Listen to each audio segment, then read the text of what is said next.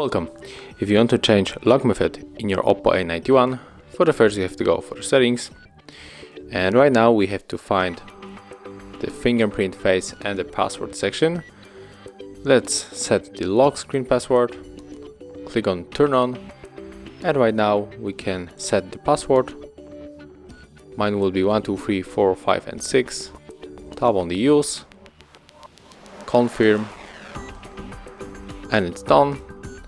Click cancel here, and right now when we are going to lock our device and try to unlock, we have to swipe, and right now we have to input our password.